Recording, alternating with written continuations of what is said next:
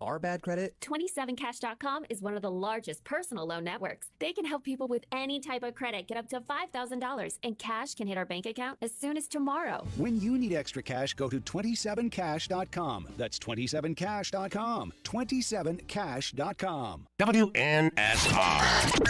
Wesley Financial Group is not a law firm. This story is called The Ugly Truth About Timeshare. If you think you've done your family a favor by buying a timeshare, you need my help. Hello, I'm Chuck McDowell, CEO and founder of Wesley Financial Group. 10 years ago, I started helping folks cancel their timeshare. And in the process, started what's now called the timeshare cancellation industry. Timeshare is the only thing that you can buy that you can't tell me how much it's going to cost or when it's going to end. When you buy a timeshare, you give them a blank check to fill out any amount they want for annual maintenance and assessment fees. The crazy thing is, this never ends. Even when you die, your family's now going to be stuck with this burden. Stop the insanity today. Call my office now. If we take you as a client, I guarantee we'll cancel your timeshare or you'll pay nothing. Call for your free information kit. 800-462-3333. That's 800-462-3333. 800-462-3333. Listen, you can't handle the truth. It's about to go off. Live from the WNSR Strike and Spare Studios. Just a bit outside. It's the McFarland Show with Darren McFarland and Fox 17's Justin McFarland. Show me the money! Call or text now. We'd love to hear your thoughts. Call us or send us a text on the WNSR text line. 615-844-5600. 615-844-5600. Call or text. Same number. Alrighty then. Now, the McFarland Show with Darren and Justin.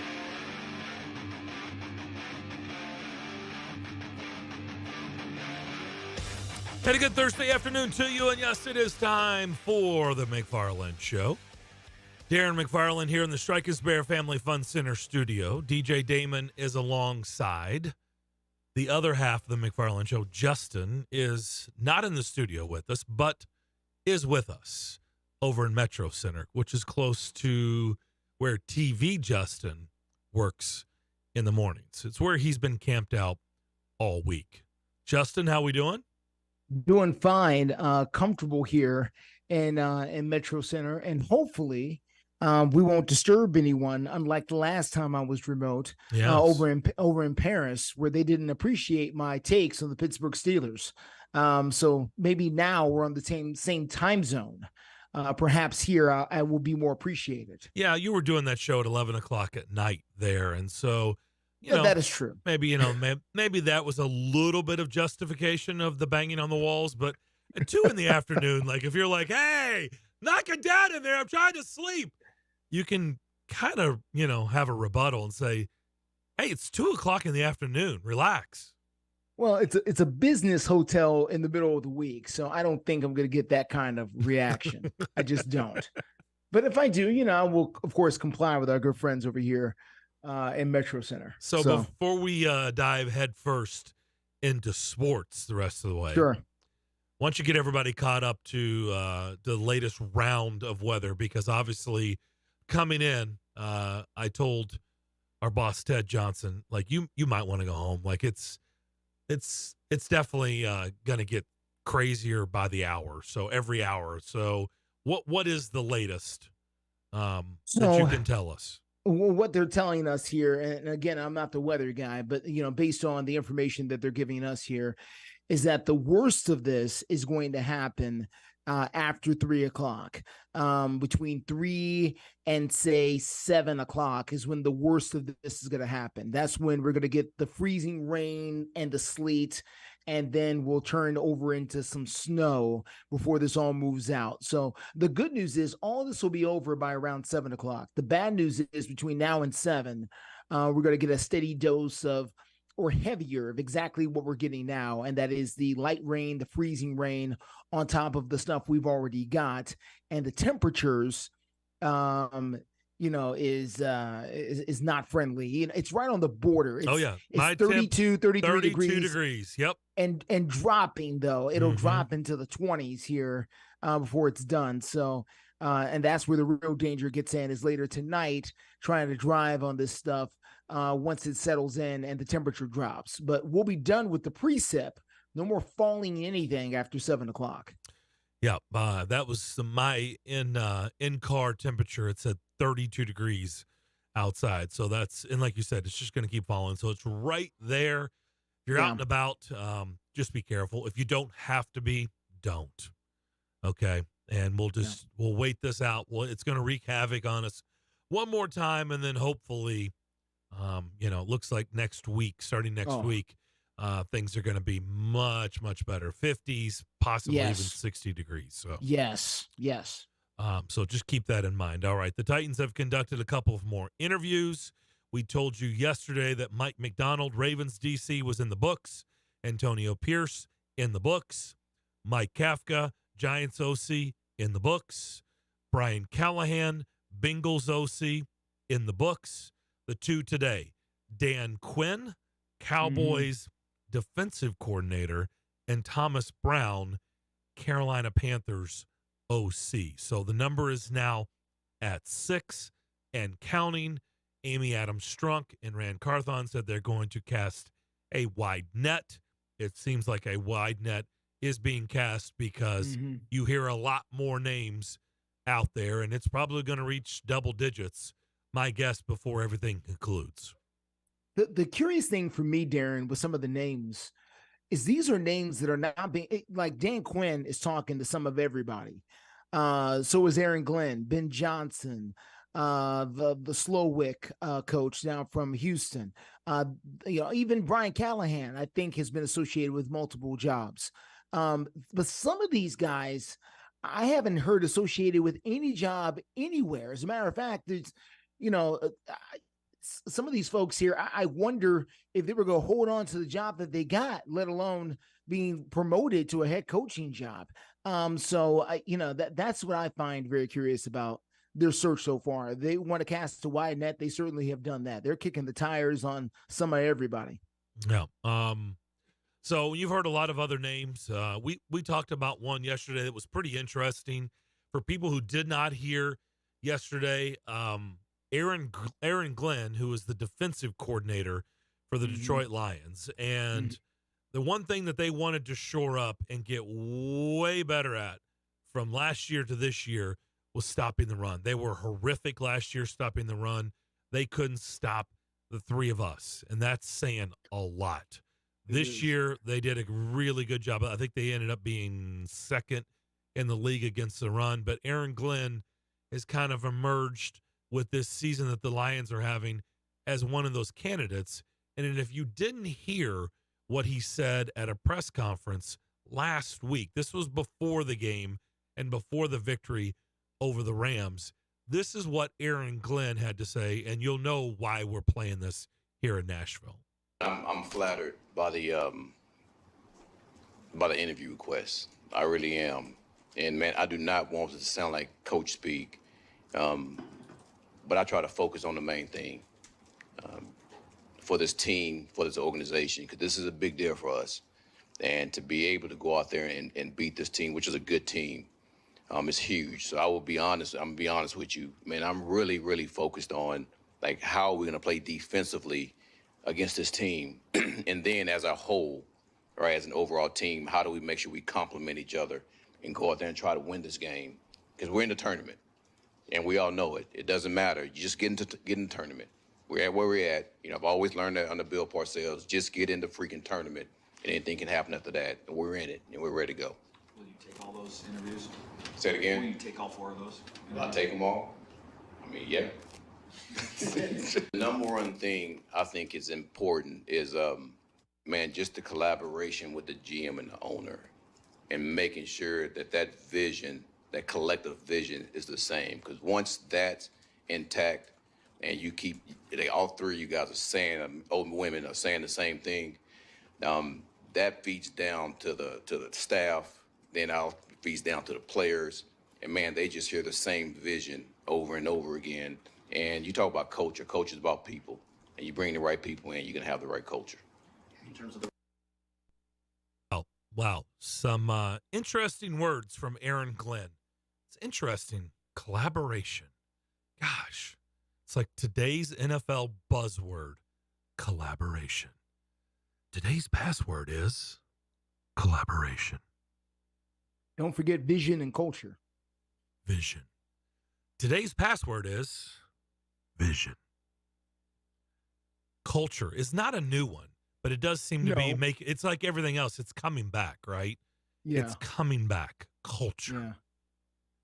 These are all just nice buzzwords. They're nice T-shirts you can wear around, the office. But it's silly. It's the stuff they've been doing. Well, who doesn't want to create? Like, what did you need to be in a different decade or a different year to create culture? Did you? Well, here's the better question: do you believe that the to previous have a vision, like nobody else had a vision until we got to this year, till 2024? Yeah. Now people have a vision. Did John Robinson and Mike Vrabel not want to install vision and culture into the team? Yeah, I think they did. I thought they did. By the way, John Robinson, that was one of his one of his key words was a vision of creating competition. Oh, wow. We're going to create a culture of he worked them both in culture and has a vision of competition at every position. Competition was a Mike Vrabel word, though. He loved, anytime somebody would ask him about somebody, what do you think about Ben Jones today? He competed. He competed, and he competed really hard. He said that quite a bit. So the compete thing was a constant theme for their entire regime. Yeah. So what does that mean for Aaron Glenn? I don't know. That seemed very specific. And, by the way, even corrected himself and threw in, what did he say, lady or female? I don't remember how. He said all three of those guys, when naming the owner, head coach, and GM, all three of those guys need to be on the same page. And correcting himself, or lady, or woman, yes. I think is what he's, or whatever the adjective. But yes. Yeah. Seemed very, very like that was directed somewhere. So, I don't know. Again, he works for a female owner. Again, he does. We talking, so maybe he was covering his own self there, but he could work for another female owner soon if this breaks the right way. Well, we also played the clip that Dan Campbell had with his speech in the locker room after the victory over the Rams, and it was very much. Again, you can see where Aaron Glenn, whether he is lobbying for a Titans job or whether he's just regurgitating what he's been hearing from his head coach that he works in lockstep with, as Dan Campbell talked about him and the GM and the organization working in lockstep. It's the same thing. It's just a different buzzword, right? Collaboration, lockstep, whatever you want to call it. And, of course, their vision and their culture, which was toughness, players who wanted to be there, players who wanted to, play tough. Let's say grit. Grit, was right? That was thing. the other word, grit. Yeah. Yes.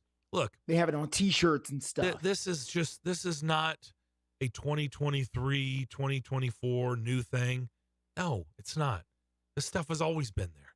It's always been, but it seems to be the sexy way that we're presenting things today when it's absolutely nothing new. So it's working in Detroit. And look, that all sounds great, but here's the deal. As we talked about yesterday, it is really simple. You don't need a bunch of degrees hanging on the wall to figure this out. This team, this organization has done a very, very poor job over the years, and in particular here of late, really in particular here of late, of drafting. They just have not done a good enough job.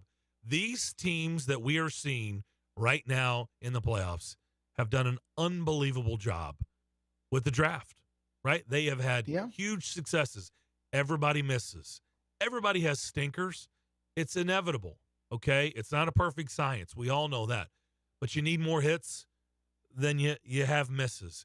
And then you need to have big hits, right? You need to have, look, Derrick Henry in the second round is a massive hit. They just didn't have enough of those massive hits, right? You got to have those. You got to have a roster really sprinkled all phases of the game with those big hit guys. Just whatever round they were, whether it's first round, second round, fourth round, fifth round, as we talked about yesterday with Puka Nacua. I mean, that is a monster hit, but he's also, it was the right fit for him as well.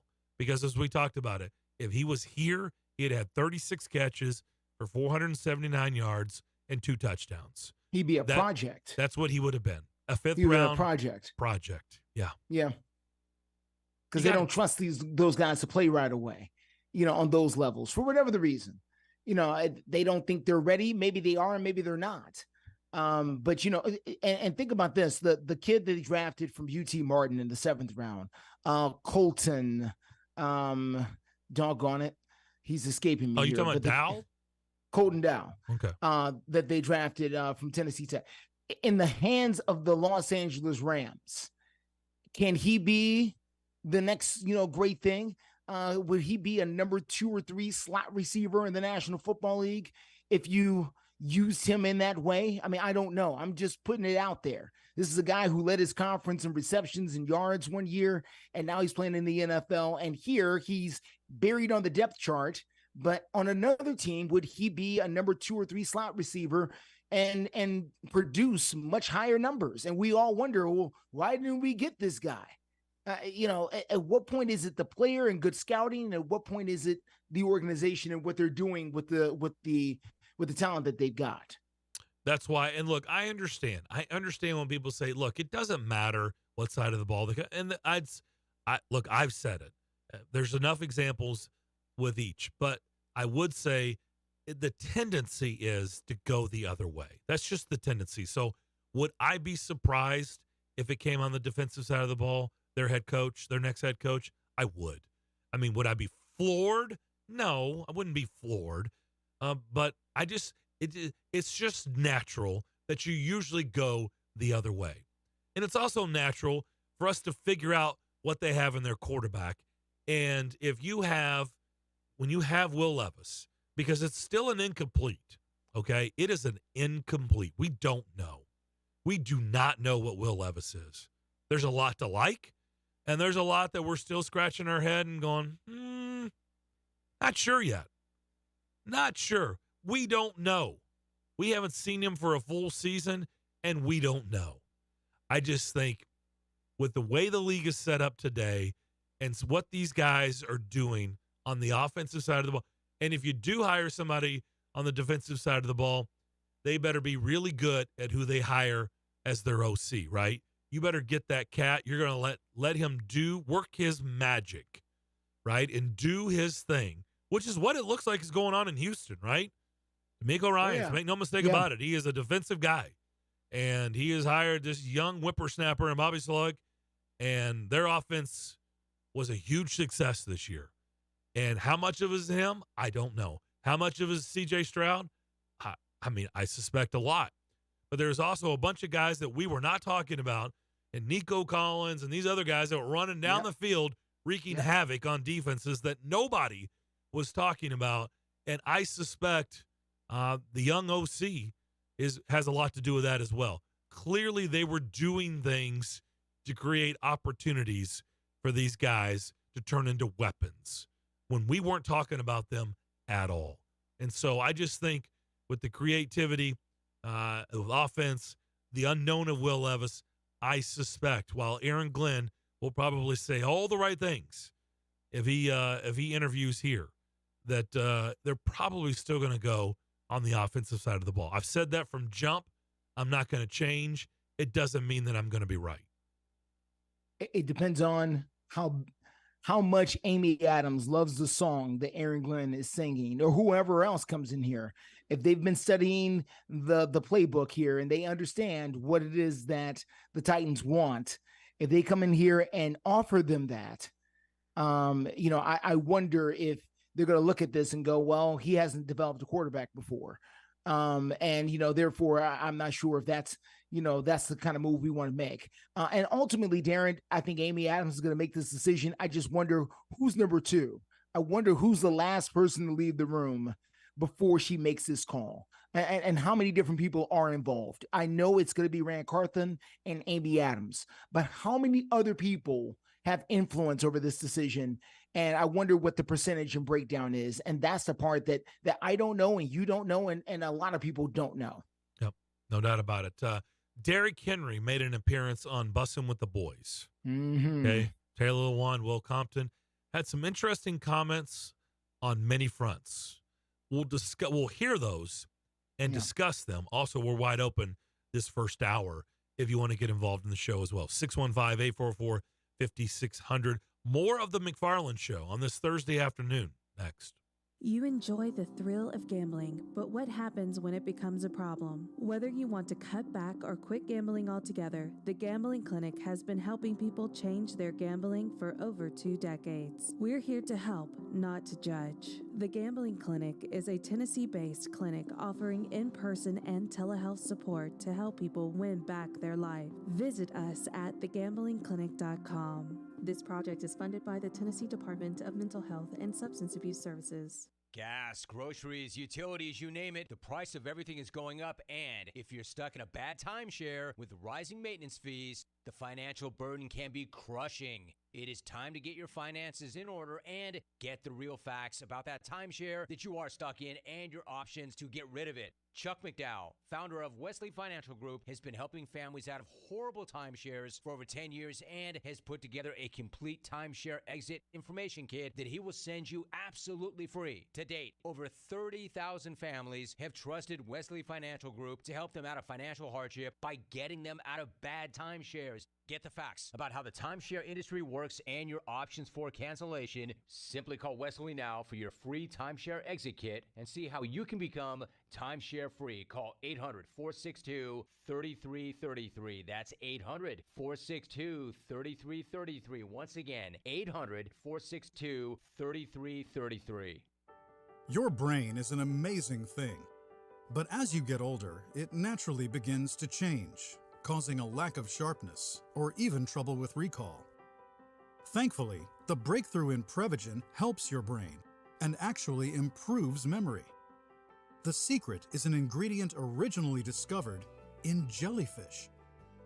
Based on a clinical study of subgroups of individuals who are cognitively normal or mildly impaired, Prevagen has been shown to improve memory.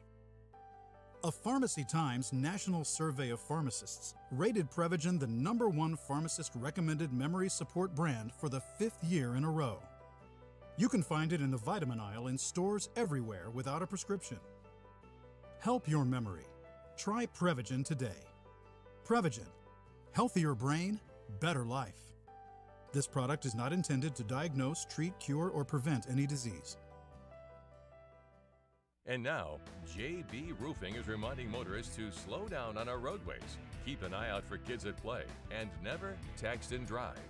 This message is brought to you by JB Roofing, serving the area for 20 years. For all your residential roofing needs, give the pros a call today at 629-246-7693. 629-246-7693. That's JB Roofing, going the extra mile for safety. They're professionals who care.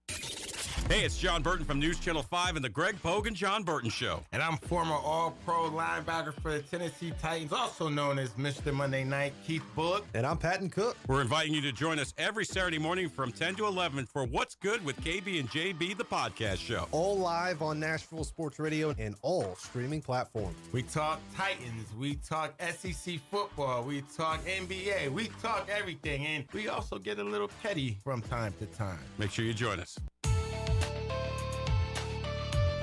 Give us a call, 615-844-5600. The McFarland Show with Darren and Justin. Rolling along on this Thursday afternoon, you can do that, 615-844-5600. Don't forget it. You can watch the show on Facebook, YouTube, Twitter, and Twitch. Darren McFarland, that's me. I'm here in the Strike and Spare Family Fun Center studio. DJ Damon, off camera, is alongside. The other half of the show, Justin McFarland, is at Metro Center. Hey, Darren. Yes, sir. I want to thank Justin for adjusting his camera.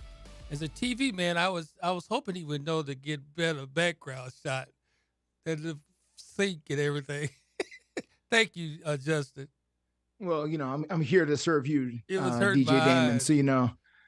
I thought I was in the kitchen. I wasn't sure what room you was in. I just wanted to get the right view, Darren. I'm just saying. I was just I'm in saying. it's a hotel suite. It's not bad. And they got me set up, and yeah, I'm over here next to the desk, and yeah, there's a sink That's behind more like me. a Hotel S. A hotel what? Without the other part, suite. Like a room. Okay. So far, everybody's behaving. That's all that matters. That's all. Nobody's Yes. knocking on the walls. Yes. Nobody's telling you to be we're good. quiet. We're good. Just tell housekeeping not to come till 4:00 if they're coming. Okay. You can probably put a little door sign out there if you need to. Yeah, I've already taken care of that. We're good to go. 615-844-5600. The Titans have interviewed Mike McDonald, Antonio Pierce, Mike Kafka, Brian Callahan, Dan Quinn, and Thomas Brown. Before we get into some comments that Derrick Henry made on Bussin' with the Boys, that podcast, let's go to the phones. Let's squeeze in Eric. Eric, what's up? Hey, guys. Listen, Darren, I hope you don't mind. I was going to do this. I was going to talk about, if it's okay with you, the coach situations in Dallas and Philadelphia, if you didn't mind. Sure. Yeah, here's the thing. Darren, you've known me, and you've known me for years. There have been few people that have accused me of being a bandwagon Cowboys fan. Let me ask you a question. First of all, whenever you've had trivia questions involving Dallas Cowboys, who's generally gets called in and told you the answer to them? Well, I would say you've done a good job of that over the years, yeah. Yeah. And also, if you weren't sure about the fact about the Dallas Cowboys, you said something, whether it's regular season or playoffs, who's called in and told you the details behind them? Mm-hmm. Yep. Yeah. That's been me. Now, I'll be honest, I haven't followed them as much because of the fact that the Titans are here, so I haven't followed them as much. But I agree, they've got to get rid of Mike McCarthy. And I was surprised that he's back next year. It's like, if you're not going to make changes like on the offensive defensive staff, you can't just run this back. And my feeling is this: he lost me when he almost blew the game against the Lions, and they deserve to lose that game. This is a team that's definitely underachieved, and I'll give you a prime example for another coach. Mike Tomlin has overachieved with his roster. He makes, chicken salad out of you-know-what, as far as I can say. And I really believe he was the coach of the Cowboys. I'm not saying that they would have won a Super Bowl, but I believe definitely he would have taken this team a lot farther than Mike McCarthy has. He would have either took him to an NFC Championship game or maybe potential Super Bowl. Whether or not they would have won it, I don't know. But I feel confident in saying he would have done a better job with this roster than Mike McCarthy has. Now, quickly about the Eagles. One of the things I heard, and I don't know if you heard about this, I had to caption a national feed on another radio network, and it was Seth Joyner talking about the Eagles, and he said he felt Sirianni had to go. He felt like that he had lost the team. His basic comments was that I think it was Nick Bosa, when the 49ers played the Eagles, had discovered the blueprint. And if you notice, after that game, they went downhill on the one game since. He said that the team had to make adjustments. He was saying that a lot of these players, a lot of times he felt like they were in business for himself. I don't know what's going to happen, but they've got to make changes with this offensive defensive staff. They may bring Sirianni back, but he just felt like that Sirianni had lost the team. That was his opinion. He's, so of course, a diehard Eagles fan, so it's going to be interesting to see what happens, because I think he's supposed to be meeting with the owners and people behind the scenes today. Guys, it's always good to talk to you. Y'all take care, and we'll talk to you soon. Thank you, Eric. Appreciate it. Let's start with the Dallas situation. Mm-hmm. I don't know. I don't pretend to know what Jerry Jones is going to do from year to year, right? Mike McCarthy's playoff record now is what, 1-4 since he's been the Cowboys? I think so. 1-4 in the playoffs? Yeah. Yes. They were not prepared. They just looked completely lost. They were outplayed, outcoached, out everything. We talked about this yesterday on the show. Dallas, but here's the problem, Justin. And look, we did the top 10. We did a review yesterday. We had a good time with that. And and look, I know we've got into whether Eric's called in or you've had, and I get it. We've talked about the history in the past of the Dallas Cowboys in the last, let's just say, 25 years since the Titans have been here, right? Yes. It's virtually been the same. Well, guess what? Guess what hasn't been the same throughout the 25 years? The head coach. Yeah, and I get it. They had Jason Garrett for a long time. So they've been actually very patient. They really have, because nothing changed on Jason Garrett's watch. He didn't change the history of the Dallas Cowboys in the last 25 years. Mike McCarthy's not doing it. Nobody has changed it. They look like a really good regular season team every year. And for whatever reason, I don't know if it's the pressure in Big D. I don't know if it's the pressure from the front office. I don't know. But insert name head coach, same results. So I don't know. I don't know what the answer is, because nothing has changed. Since the Titans have been here, nothing has changed. To their credit, they're always good. They're always very competitive, right? For the most part, they're always good. Like, they've done a really good job of always fielding a very competitive team that completely falls apart when you get to January. Why does that keep happening year after year, decade after decade? I don't know. I'm not there, Justin. My thing is this with McCarthy. The fact that this man had 3 12-win seasons back to back to back. And they're talking about firing a person because their standard is to win the Super Bowl. And that's the issue, when your standard is winning championships. And this is what makes them different. And it should be your standard, by the way. It should be your standard, because it's not everybody's standard. Let me tell you. Yes, correct. And Alabama, the University of Alabama has had this problem over the years. Just about every coach between, over the last 2 decades, before Nick Saban, all of those coaches, most of them anyway, had 10-game win seasons for the Crimson Tide, and they were fired anyway. Mike Shula had a 10-win season. Mike Shula had a 10-win season. I think Dennis Franchione had a 10-win season with them. Mike Dubose had a 10-win season. A lot of those guys had 10-win seasons that got fired anyway. Why? Because the standard was winning the championship, not to win 10-win seasons. And so when that's the standard, therefore you set yourself up for failure for anything that is not winning the Super Bowl. So when you talk about firing someone who has won 12 wins, not 10, but 12 wins in 3 consecutive seasons, that sounds like foolish talk. But not if you're them, and if your standard is winning the Super Bowl and getting back to the Super Bowl, then obviously then you want to think about making some changes. Here, I said all that to say this. If Mike McCarthy wasn't there, if it was Darren's favorite coach, Cliff Kingsbury, who was there instead, would they be winning 12 games a year? Or would they be winning less than that? I would think they would win less than that. Okay, if they're winning less than that. Tell people that was sarcasm, by the way, that don't know. Yeah, sorry. Yes, Darren does don't not assume that everybody knows Cliff Kingsbury. Yes, sorry. You're right. Darren is not a fan of Cliff Kingsbury. Because I just didn't want people listening to that going, wow, Darren really likes Cliff Kingsbury? No, why would you like Cliff Kingsbury? That was sarcasm. If Cliff Kingsbury was there instead of Mike McCarthy, would they be winning 12 games a year or more? Probably not. So therefore, chances are you're going to get a Cliff Kingsbury before you find somebody better than Mike McCarthy. So if that's the case, as Darren would tell me one day, scared money don't make no money. Are you going to sit on the sideline and keep going with Mike McCarthy, or are you going to try to do better? They've decided to keep going with Mike McCarthy because I don't think they can do better. And if they could, they don't know where. And last point is this. To me, if you're going to move on from Mike McCarthy, you might as well start all over again. That means a new quarterback and do the full rebuild. And I don't think they're ready to do that. They just paid Prescott recently. He's got a lot of dead money if you're willing to move on from him. So you're going to bring in another new head coach and a new offensive coordinator for him? No. They've decided just to ride it out. And then when they're ready to rebuild, they'll blow it all out and start over again. 615-844-5600 is how you get in touch with us. Let's go to JJ. JJ, what's up? JJ. Hey, I appreciate that opening. Y'all keeping it real about the TED Talks that have taken over with the NFL right now. Well, it's nothing new. You can go back to NFL films. There's plenty of speeches by Lombardi back in the 60s talking about culture and winning.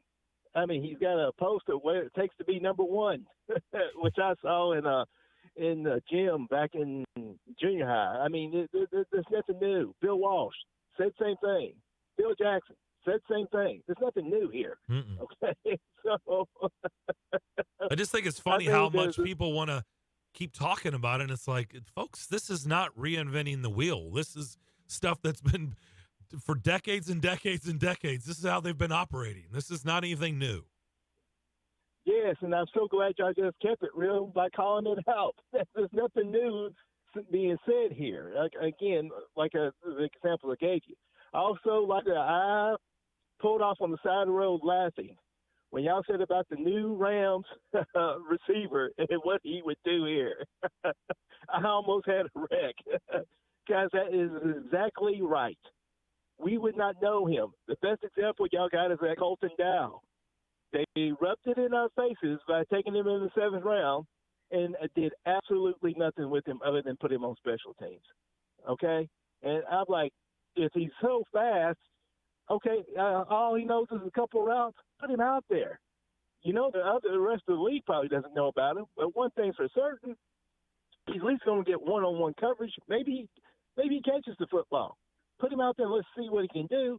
We know nothing he can do because they never used him. Despite the fact when they drafted him, they rubbed it in our faces that, hey, we took a receiver. We're smarter than you. Yeah. It's look, that is just for whatever reason, JJ. We discussed this yesterday. The receiver position is just one they have failed miserably at for 25 years. They've been in this market. Again, I can't explain it. There's been different general managers. There's been different players. And yet there have been very, very, did I mention very few hits when it comes to wide receivers. Meanwhile, there's other franchises like the Pittsburgh Steelers, Dallas Cowboys, Minnesota Vikings. I mean, we could go on that hit all the time at the wide receiver position. All the time. Titans can't do it for whatever reason. Yes, I think it's in general, they just don't value that position. At least since they've been here. Other than you brought up A.J. Brown, Derek Mason, okay, and then the rest of them, yes, they did a little flash in the pan, but when they left to go somewhere else, they did nothing. Yeah, so, Drew Bennett was the flash in the pan, and outside of that, I mean, it's just really just a whole lot of nothing. Yeah, so. All righty. Well, thank you. Thank you, JJ. Be safe out there. Thank you, JJ. Yeah, you too.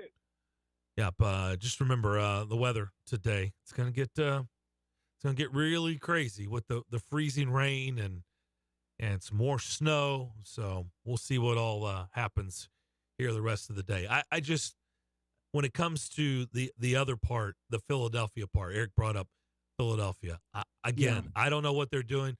The expectations are just like Dallas, right? It's to win Super Bowls. And I don't have a problem with that. But here's the thing, Justin, what is the right formula? Changing the coach? I don't know. I don't know what is it sticking. Pittsburgh stays with their guys, right? Other franchises stay with their guys. They give them and a lot of people applaud that. Others, quick hook. You say, you can't do that with the quick hooks. Well, Philadelphia's done. Other markets have done it, and it's worked. The quick hook has worked. By the way, remember when I told you we had the hockey discussion? Have you looked at the Edmonton Oilers since they fired their coach when they were, I think, 3-9-1 to start the season? Have you looked at what they've done since they fired the coach and brought in the new guy? Done pretty well. Yeah, they're like 21-6, like 21-6-2 or something silly. Again, remember I told you, I was like, I have no explanation on why this happens in hockey, but there's a prime example. Man, they don't in hockey, they don't wait around. They just pull the plug, and for whatever reason, it doesn't always work. No, but man, magic. Let's say, how's the Minnesota Wild doing? That has not taken off. Let's say, okay, like others, but it is. Again, I like him a lot. I root for him, but it's John Hines. Sure. I like him, but this is his third stop as a head coach. It's his third bite at the apple. So, all right, we'll take another break. We'll hear what Derrick Henry had to say and react to that. Some interesting comments said to Taylor Lewan and Will Compton, and we'll try to cipher through that and kind of think, what was he really saying? We'll do that Next, as you listen to the McFarland Show, Nashville Sports Radio. It's just a few cocktails at happy hour. There aren't any cops around. After every game, we always have a few. It's no big deal. It was just a few drinks. I'm good. Hey, I can hold my liquor. I drink and drive all the time.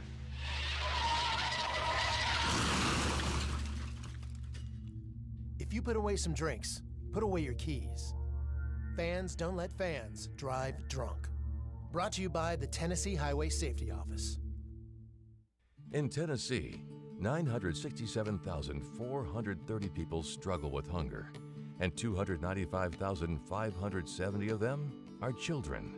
That's 1 in 7 who struggle with hunger, and 1 in 5 are children. People who are hungry are not necessarily living on the streets. They may be in your child's classroom, in your neighborhood, or just down the street. In addition, many of these people live in food deserts, which are areas more than 10 miles from the nearest grocery store. Often there are limited resources to get food, and the only option is fast food or convenience markets. While processed food may help with hunger pangs, it provides little to no nutrition. What began in 2008 as a dream to buy land, grow food, and give it away has recently developed into a way to serve and impact more individuals in the community.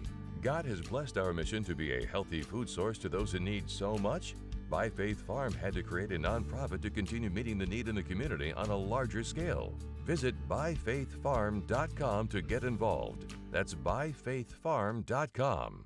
Cashback is not available on gas in New Jersey and Wisconsin. Susan, it's so great to finally be able to get together again. Oh, it sure is. And I really appreciate you picking up the bill. I'm happy to. I've got the extra cash. Since we've all been driving so much more again, I've been using Upside, the free app that pays you cash back for every gallon of gas you buy. Wait a minute. Are you saying you actually get paid cash when you buy gas with the Upside app? Yes, I get real cash back just for buying the gas I was going to buy anyway. But is it a hassle to use? No, it's super fast and easy, and I can cash out whenever I want. That's a total no-brainer. I'm downloading the free Upside app now. Download the free Upside app now to earn real cash back every time you buy gas. Use promo code LIFT for an extra 25 cents a gallon bonus on your first tank. That's promo code LIFT. You can cash out anytime right to your bank account, to PayPal, or an e-gift card for Amazon and other brands. Just download the free Upside app and use promo code LIFT for a 25 cents a gallon bonus on your first tank. That's code LIFT. This is the Greg Vogue and John Burton Show. I don't believe Vrabel wants to be a part of this, and so I think Amy Adams Strunk decided, well, it's time to move on. That was a gangster-like move to say, all right, you know what? I don't want to employ somebody that doesn't want to be here. Goodbye. If they have another season like they did this year, he's gone anyway. He's gone anyway. No, wherever he goes now, he's got 4 to 5 years. Yes.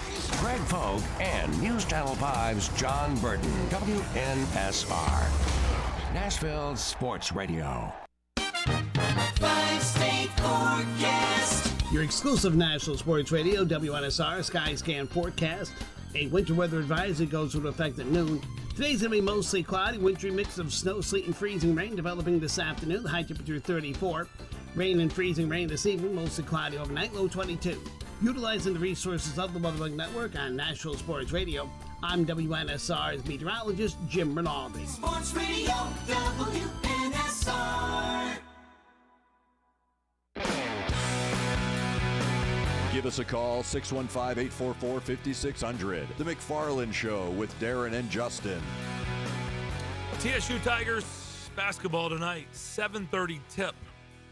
Ryan Penny Collins and his crew will take on Tennessee Tech. John Pelfrey and crew in town to take on Tennessee State. So you can hear all that action.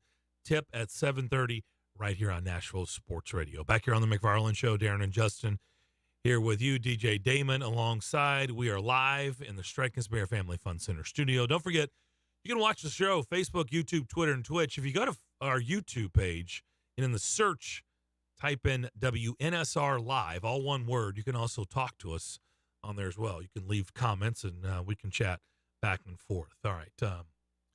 Let's hear a little bit of what Derrick Henry had to say. He sat down, busting with the boys, Taylor Lewan, Will Compton. He talked in this first clip, Justin, about how things felt different this season. Here's Derrick Henry. You can look to your left or your right, and you know when the pressure comes, you know the person to your left or right is going to respond. Mm-hmm. And if you need to lean on them, you can lean on them by being in those situations with them before. in this year, like you said, when you came to the facility, it just didn't. It kind of felt like out of place.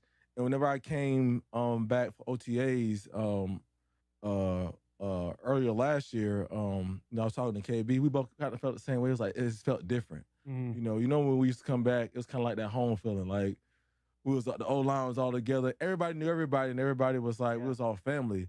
But it was just different this year because you had a lot of young guys, and this year was like the first time I was like, it felt like they're taking a shift. Yeah, I don't know when it's gonna happen, but you can just feel it at some point. All right, your interpretation of that is what? Well, this is what happens when you start removing key players in one of the position groups, and really it's not them removing them as much as them starting to age out or becoming too expensive. And what Derek is referring to, what Derrick Henry, I believe, is referring to, is the total rebuild of the offensive line. Listen, when Derrick Henry had his best season, Ben Jones, no longer there. Quisenberry, Stalwart, no longer there. Stalwart center for them. The whole time Derrick Henry's been there. Ben Jones. Ben Stalwart Jones. center, yep. David Quisenberry, Roger Saffold, and Taylor Lewan.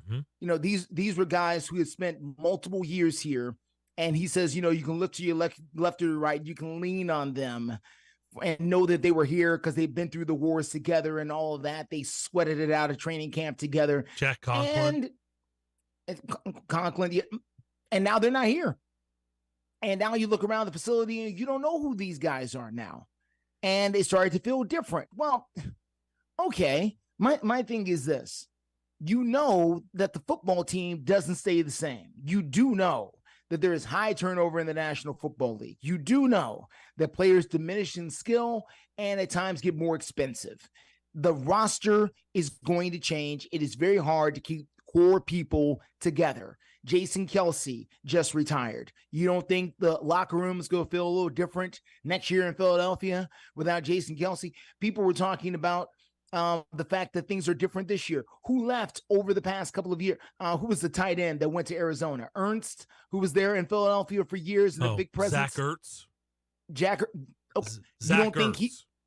Zach Ernst. You don't think he was a big presence there in that locker room, and you remove somebody like that, and you don't think things are going to change a little bit? Yeah, they're going to, but that's the sport.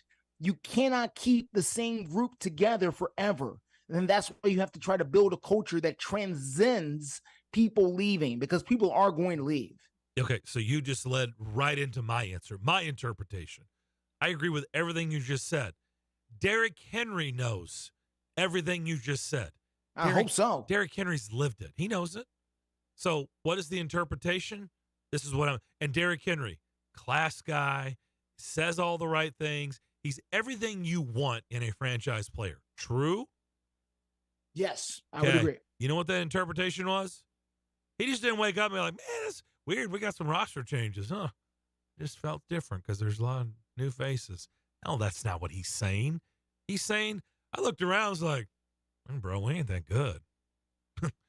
We got some dudes out here aren't very good. Wow. Well, exactly what I said about Mike Vrabel midway through the season. When I sat in this studio, in the Strike and Spare Family Fun Center studio, and I looked at you and I said, you know what? When we played Mike Vrabel press conferences, and I looked at you and I said, you know what he's telling us, Justin? I don't think I can win with this team. This team's not very good. I said, did I not say, this looks like a team that is destined for 5-12.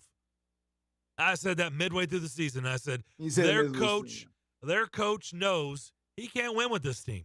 They're not very good. I think that's what Derrick Henry was saying, Justin. He looked around, he wasn't looking around like, dang, man, there's a lot of new faces around here. He knows that. That's life in the NFL. He looked around and was like, dang, a lot of new faces. They ain't very good. Golly, we're not very good. That's what he was saying. But he said it in a classy way because that's Derrick Henry. Derrick Henry is a class act, and that's him being as nice as he can be. That was him polishing. I don't want to say. I don't want to say. Yeah, the word. go ahead. Polishing the T word. Yes. That's what he was doing. Okay? Because that's what that roster was. There were too many T's on there. Okay? And he was just polishing up that turd. That's what he was doing. That was in a nice way. He looked around and said, golly, bro, we ain't very good. How am I going to get yards with this offensive line? Have you seen this Daly cat? Or have you seen this Dillard guy? Wow, we went from Daly to Dillard? Jeez. The answer is he's not. He wasn't going to get a whole lot of yards with those guys. At least not as many as he had before. And, they couldn't replace. The loss of Taylor Lewan was massive. They just couldn't. He was the one guy they couldn't lose because they had more resources tied up in him than anywhere else on that line. And once they lost him, then, What? But here's the deal. Taylor Lewan was always hurt. He was always suspended. He wasn't reliable. Yeah. But here's the deal. When Taylor Lewan was available. Yes. When Saffold was out there, when Conklin was out there, when Ben Jones was out there, what did all those guys possess, Justin? What did they possess? Those guys were freaking dogs. Those guys were dogs. That's a mean streak is what they possessed, that's an dogs. attitude. I mean, that's dogs, okay? That's exactly what that is. Sure. You think these cats have dogs? It doesn't feel that way. It doesn't feel that way, does it? Those guys, you push, they're going to push you back. You say something, they're going to be in your face.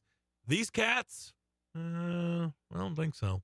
Listen, we had Kevin Long on a few weeks ago. Sure I did. just mentioned something to Kevin Long about it, and I felt it across the table. Yes. Just bringing up the old guys of who they used to be and imposing your will, which is what that old squad was all about.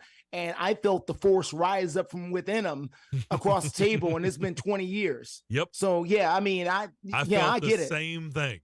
Believe me. All right, we'll take our final break. Come back and wrap up the first hour next.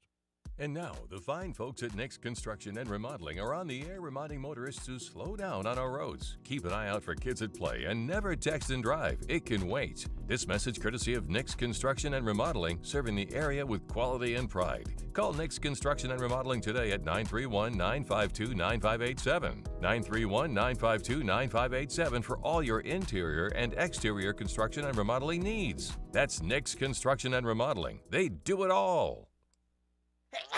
It seems like everywhere you look right now, someone is sick. This year, prepare your family for airborne invaders like bacteria, pollen, and yes, germs with Navage Nasal Care. Navage flushes ultra-pure, refreshing saline in one nostril, around the back of the nose, and out of the other nostril. Navage sucks out viruses, dust, and other airborne particles, all the stuff that gets trapped in your nose, making you miserable. Don't get caught empty-handed this winter. Get Navage, the drug-free solution that helps you breathe easier, sleep better, and feel healthier. Even better, Navage is HSA, FSA eligible, so Navage is a great way to spend those funds before they expire. Don't wait a minute longer. Buy Navage today and you'll breathe easier knowing you're putting your funds to good use. Navage is available online at Navage.com or Walmart, Walgreens, CVS, and Rite Aid. Navage, Navage. Clean nose, healthy life. Want even more excitement on game day? It's time to get on Prize Picks, the best way to win big on fantasy sports. Here's how it works. Just pick 2 to 6 players and choose more or less on their stats. If you get them right, you could win up to 25 times your cash. It's quick and easy to make your picks, and with fast and safe deposits and withdrawals, Prize Picks is the place to play this season. Prize Picks has awesome weekly promotions, and they're the only daily fantasy platform with an injury insurance policy, keeping you in the game even if one of your players goes down. Sweat it out, watch your entry update in real time, and continue the fun by making picks on second half and fourth quarter stats. Take your game day experience to the next level with Prize Picks. And right now, you go to prizepicks.com/primetime and use code primetime. Prize Picks is matching your first deposit up to $100. That's prizepicks.com/primetime with code primetime for a 100% deposit match. Prize Picks, daily fantasy sports made easy. Must be present in certain states. Visit prizepicks.com for more details. And now for today's winning Cash 3 and Cash 4 numbers from the Tennessee Lottery. The first number is the number you just thought of. The second number is the number you would have picked. The third number is the day of your wedding anniversary. And the fourth number They're only is... lucky numbers if you decide to play them. Cash 3 and Cash 4, only from the Tennessee Lottery. Game-changing fun. Please play responsibly. It's a Bill King Show. Brad, when that news hit, how did you respond? What were your thoughts? I'm always thinking betting first, but from a historical aspect, there used to be debate as far as who the greatest is. It Bear Bryant? Is it Nick Saban? To me, it's Nick Saban, and I'm not a guy that lives in the moment. I just think Nick Saban is the greatest college football coach of all time. Weekday mornings beginning at 6 on Sports Radio 560 on 95.9 FM.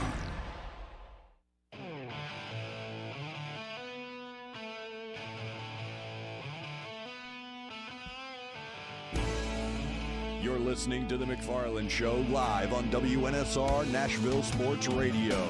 That is true. Be safe out there. We played you a Derrick Henry clip on Bussin' with the Boys. Here's another one before we get out of here in this first hour that when I heard this one, I was like, whoa. Let's hear what Derrick Henry had to say around the trade deadline. Did you think you were going to? Because you were obviously in a lot of speculation, I'll say. I don't know how many conversations were taking place. Oh, I feel like it was close. It was close. For real? Yeah. You know something? It was close. It was close, boys. It was close. To who? It was in the playoffs? Yeah. It was I know 2 for sure. It was, I mean, I don't know the other one. I don't know if that would have happened, but one of them, I felt like it was pretty close. What makes you a lot went down between that little saga with the trade and all that stuff. Did you think you were going to? Because you were obviously in a lot of speculation, I'll say. I don't know how many conversations were taking place. That started over. All right, that got my attention. Derrick Henry just said he was real close to getting traded at the deadline. Were you surprised by that? Not entirely surprised really? To hear that. No, a little. We'd heard rumors that Amy Adams had to veto a trade, but who knows how real or fake that was when that happened. But a little, I guess. But, Rand Carthen was trying some of everything at that point. Yeah. By the way, who do you think the team was that was really close? I have my guess. It's in Baltimore, Buffalo. Yeah, that's what I think. I think it's Baltimore. And I think Buffalo probably was in there too. But I think Baltimore was probably the number one team. The fan base couldn't take it. If Amy Adams stopped that, it was the right move. Yeah, good point. Unless they were offering something unbelievable. Right. Clearly it wasn't. It wasn't a knock your socks off, or they probably still have pulled the trigger anyway, right? The fan base couldn't take it. Yeah. It wouldn't. No, that wouldn't have gone over well. But we'll come back.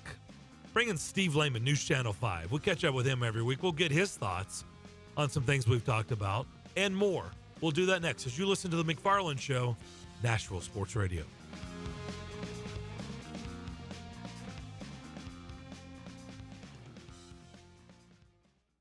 560 AM, 95.9 FM, Brentwood, Nashville, 107.9 FM, Smyrna, Nashville's first 24-hour sports station.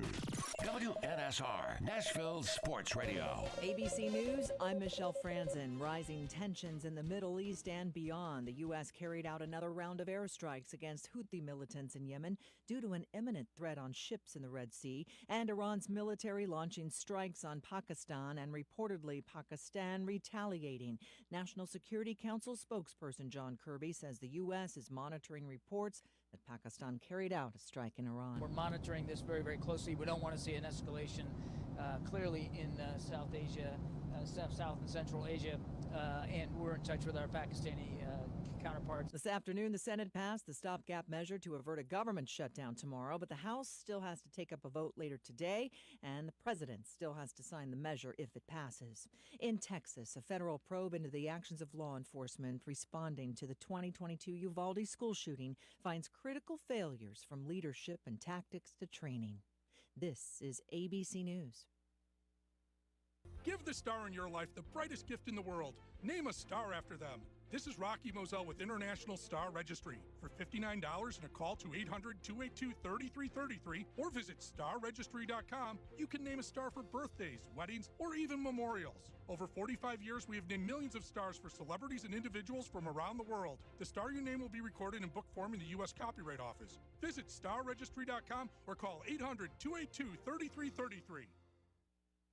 Offer not valid in all states or where prohibited by law. Loans are subject to lender approval. See website for details. Honey, the credit card bill came, and we're maxed out. Maxed out cards, rent is due. We just need some extra cash to help us get by. Maybe we should go to 27cash.com. With our bad credit? 27cash.com is one of the largest personal loan networks. They can help people with any type of credit get up to $5,000, and cash can hit our bank account as soon as tomorrow. When you need extra cash, go to 27cash.com. That's 27cash.com. 27cash.com. WNSR, Nashville Sports Radio. Start the new year off with a bang of big savings during the Omaha Steaks end-of-season event. You can stock up on all your favorites and get 50% off site-wide. That's 50% off incredible steaks like their legendary Butcher's Cut Filet Mignon, or sink your teeth into their memorable Butcher's Cut Top Sirloin. Just go to omahasteaks.com. Plus, when you use code QUALITY at checkout, you'll get an extra $30 off your order. From perfectly aged tender steaks to juicy burgers, decadent desserts, and classic comfort meals,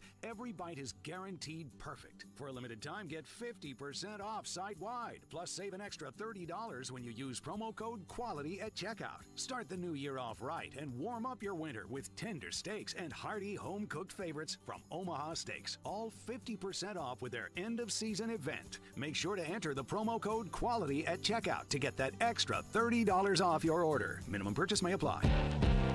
Omaha Steaks, America's original butcher. Listen, you can't handle the truth. It's about to go off. Live from the WNSR Strike and Spare studios. Just a bit outside. Now back to the McFarland Show with Darren McFarland and Fox 17's Justin McFarland. Throw me the money! Call or text now. We'd love to hear your thoughts. Call us or send us a text on the WNSR text line. 615-844-5600. 615-844-5600. Call or text. Same number. Alrighty then. Now, the McFarland Show with Darren and Justin.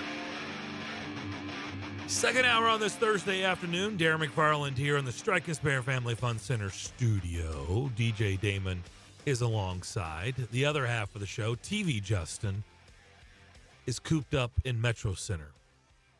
TV Justin is in a hotel where he's been all week. One more day to go. One more day. Just trying to get through this last little burst. Out of here tomorrow. Hopefully, and we'll just tell this thing to get on out of here. Get on down the road. It's weather. Mm-hmm. Been a rough week. The week prior was a crazy week for sports. Mm-hmm. This past week, crazy week of weather in our city. Let's bring in another TV personality. His name is Steve Lehman, News Channel 5. Steve, how we doing? I'm good. I thought you were going to say, let's bring in something else that's crazy. So I appreciate I the did not. intro you gave me instead. I'm shocked that you would think that I would think that. Look, I've been called much worse this last week, so it's fine. You called the game, Belmont's game, against Indiana State. Did I miss something? Did Larry Bird suit up and play in that game? No, but they might have several players who are as good as Larry Bird. Oh, my gosh. Isaiah Swope shot like Larry Bird in the first half. He made 6 straight threes. Look, Indiana State's awesome. Are they really that good? Yeah, I think they're a top 25 team. Okay. Honestly. I think they're in position right now. If they do what I think they'll do in the Valley, I think they'll put themselves in a position where they're a at-large team if they don't win the Missouri Valley Conference tournament. They got some work to do, obviously, to finish that part of it out. But they've been really, really good. They're the number one efficiency field goal offense in America. They've got multiple guys who can shoot it from outside. They have a post player who leads them in assists, but also is a efficient scorer and rebounder. They're just a really balanced team at this level, and Belmont didn't play its best. Too many turnovers led to too many easy things for Indiana State, but the Sycamores are really good, and you don't want to give them any help because they're plenty fine on their own, but if you give them that help, it's going to be a long day, and it certainly was last Saturday. Yeah, I mean, I got my attention. I mean, it's one thing for Belmont to lose, but it is rare In the 25 years I've been in this market, to see Belmont just, look like they get run out of a gym. That has not happened very often under Rick Byrd and now Casey Alexander. And that's when I was like, dang, this Indiana State team must be for real. Yeah, no, they are. There's no question. And you're right about Belmont.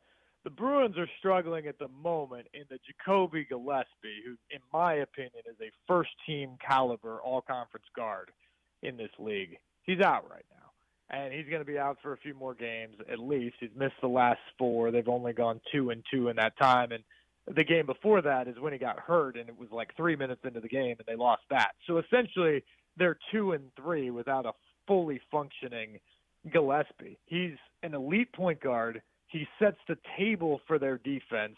He's a scorer that can get you buckets outside of the offense at the end of the shot clock. So he's a huge loss. And last night against Northern Iowa, Darren, is actually probably the perfect example of that.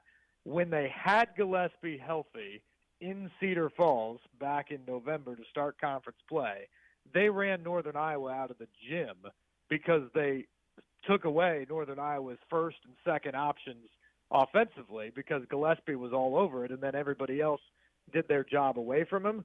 Last night, no Gillespie. It forced everybody else to guard someone a little less comfortable, and Northern Iowa got everything they wanted last night, and they won by 11 here in Nashville. So think about that. That's a 31-point swing going to the visiting arena, if you will.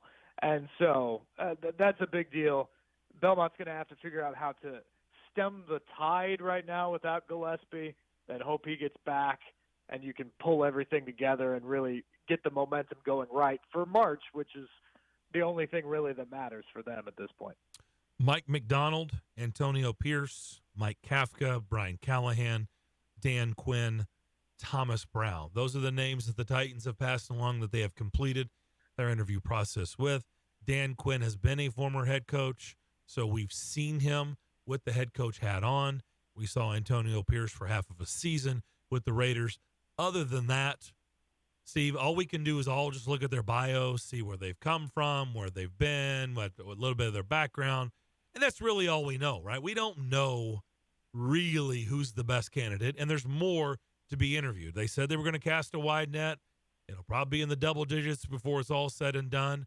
But as we sit here today on this Thursday afternoon, where do you think this is all headed? How long do you think it's going to take before it's all said and done?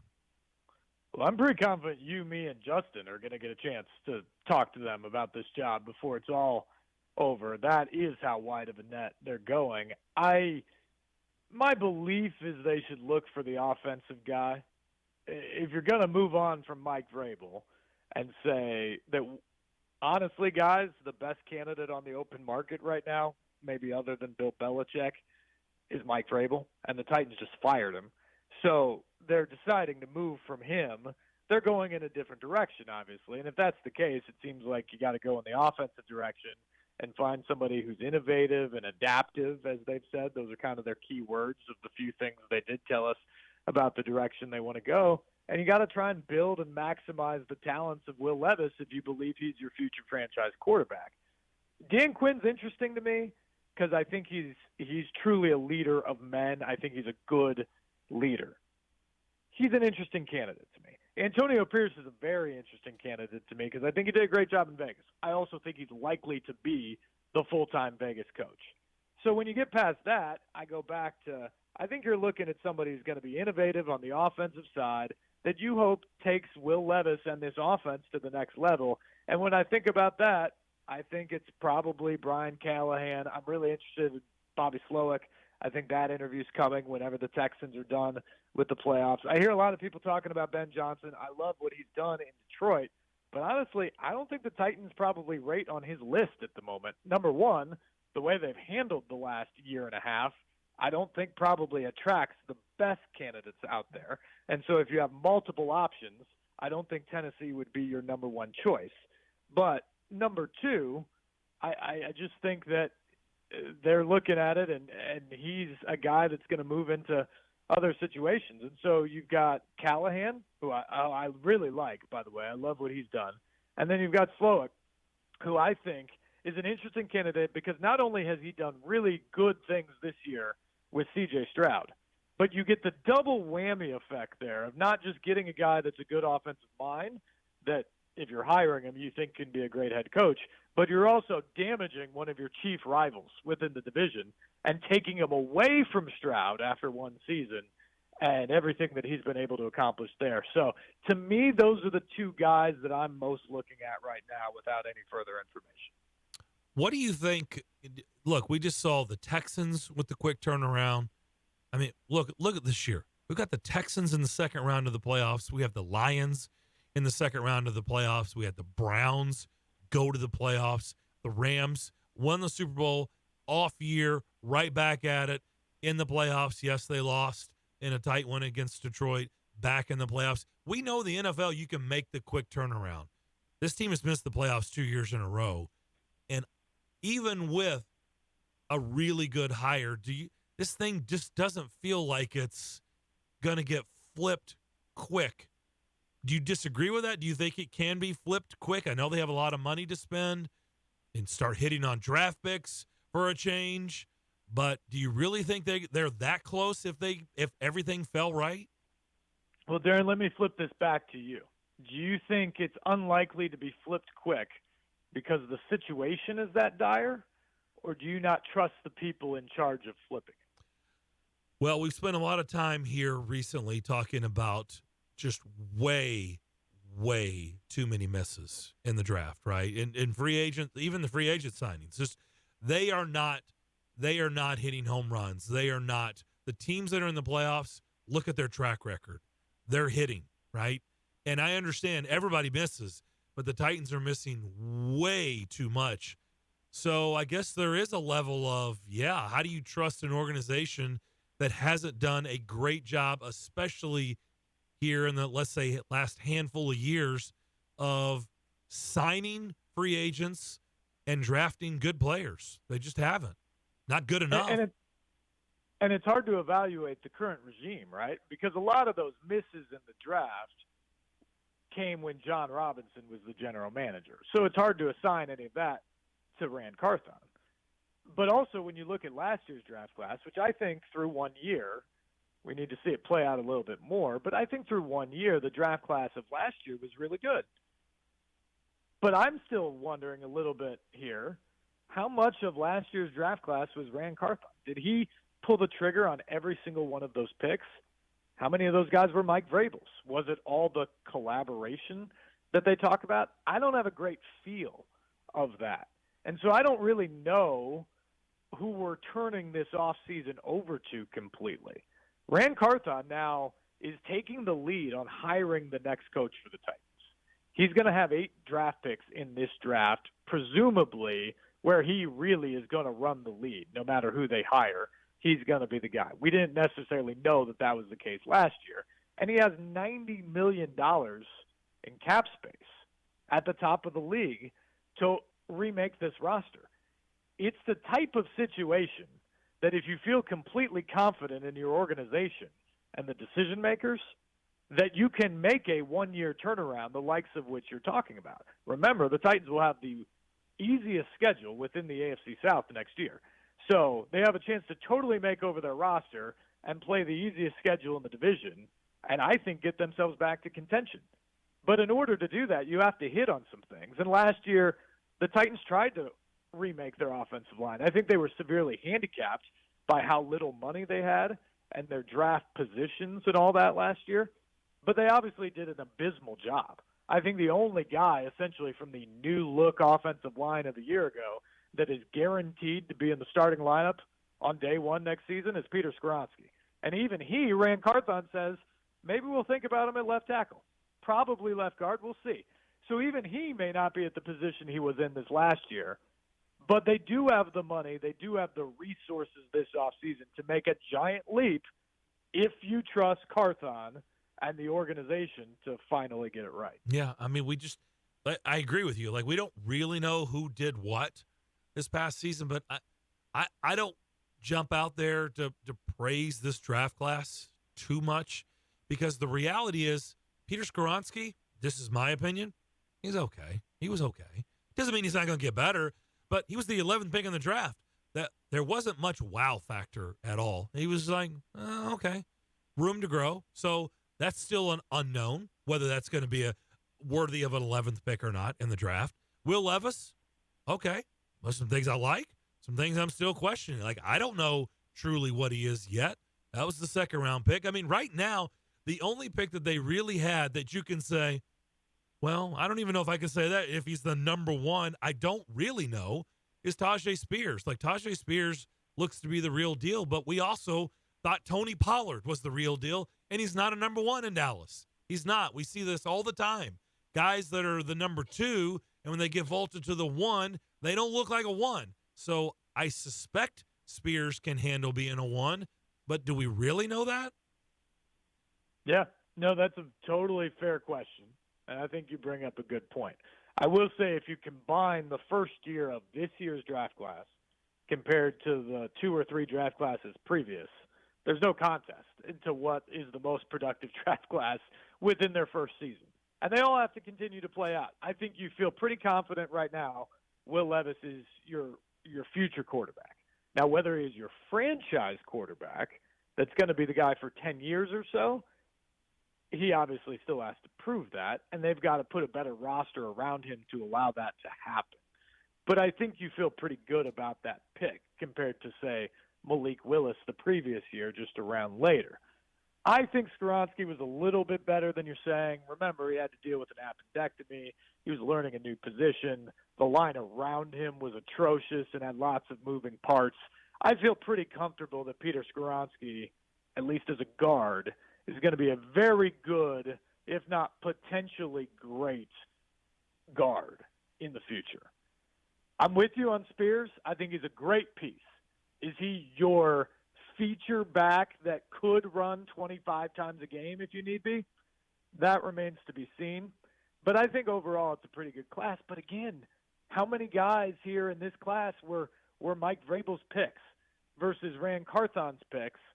And how's that going to work moving forward? I have a ton of questions about what is going on within this organization and their plan.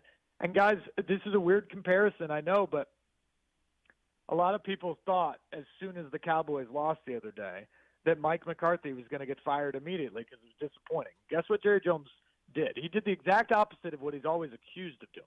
He's accused of being an overstepping, overzealous, reactionary owner that has a quick trigger on everything. And when you look at his track record, he actually isn't. He's out front on a lot of things. He meddles in places where he probably shouldn't. But he's actually remarkably patient. And that's the thing that we have not seen.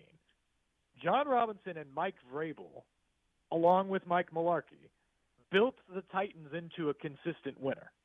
We all knew as they were leveraging the future in 2019, 20, and 21 to try to maximize the window of winning a Super Bowl then, we all knew there was going to be a reckoning point there where you just didn't have the resources anymore to keep the roster up. And I think at the time, at least my assumption was, well, Amy Adams Strunk and everybody in the organization has to be on board with this. They're going all in right now to see if they can win a Super Bowl today, and that might cost them 2 years from now, but I think they believe they've got the right people in place to then spin it back around if it takes them a year or two of a dip. Well, before they even really hit the dip, she fired Robinson, and then 1 year later, after admitting that the roster wasn't nearly good enough for the coach to perform, but saying the coach is still an elite coach in the NFL, she then fires the coach. And so to me, look, you may agree with that 100%, and I'm not saying that Vrabel or Robinson are without fault. Obviously, Robinson missed a lot in the draft and had some moves that you would question, certainly the trade of A.J. Brown, and Mike Vrabel's had some missteps in the last couple of years as well. But both of them had built the franchise to where it was and now aren't going to get the next shot to move on to the next thing. And I think you have to wonder a little bit about that too. Sometimes when you have a plan, it doesn't work out exactly the way you want, and you've got the right people in place to start the plan over again and rebuild from there. And apparently Amy Adams Strunk didn't think that was the case because she's now completely moved from that, and essentially we're back to 2015. And the Titans are rebuilding from the bottom, and we'll see if the people she has in place and the new coach that she's going to hire are as good as the last people she had in place. Steve, quickly for me, we know that Amy Adams is going to be the chief person hiring this new head coach. Rand Carthen obviously will be involved. Besides those two people, who else is going to get some say about who this new head coach should be? Who is in the room where this decision is going to be made? Well, I will say this. I actually will flip it on you a little bit, Justin. I think Rand Carthon is leading the search. Now, Amy Adams-Strunk is going to ultimately have the final say. It's her franchise. But I think Rand Carthon is running the current operation of identifying these 10 or 11 or whatever it ends up candidates being that they talk to. He's going to be involved. Chad Brinker, Anthony Robinson, the assistant GMs are going to be involved. Amy Adams-Strunk will certainly eventually get involved. I imagine Burke Nihill, the president of the organization, will be in there. And there's probably a couple other voices that will be in that room or at least be run by in terms of certain ideas that they want to talk about. But to me, this is Rand Carthon's search. And that's the big thing to me here, Justin, is we were just talking a moment ago. What do we truly know that Rand Carthon did in his first year as the general manager of the Titans? There's some educated guesses. There's some free agents that he had previous relationships with that are probably very much his guys. There are other guys that you look at, like getting DeAndre Hopkins in here or maybe the miss on Andre Dillard, that you may pin on Mike Vrabel. But overall, how many draft picks, how many signings, how many moves were specifically Rand Carthon? We don't really know. But I can tell you this, is Rand Carthon has a lot more power today than he has ever had within the organization. He's running this search. He may not have the ultimate say, but he's going to have a strong push to who they hire. And then the entire offseason, from free agency to the draft, is going to be his.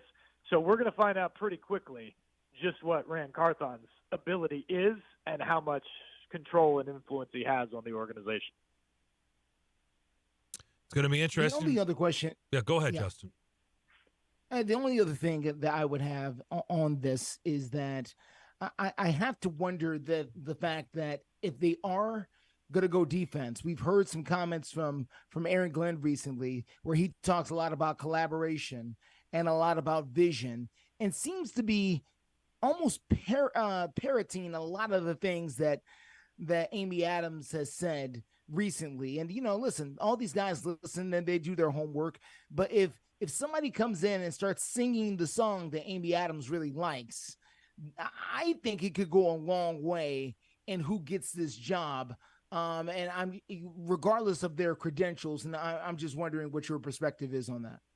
I think that's right. I think we all love our confirmation bias, right?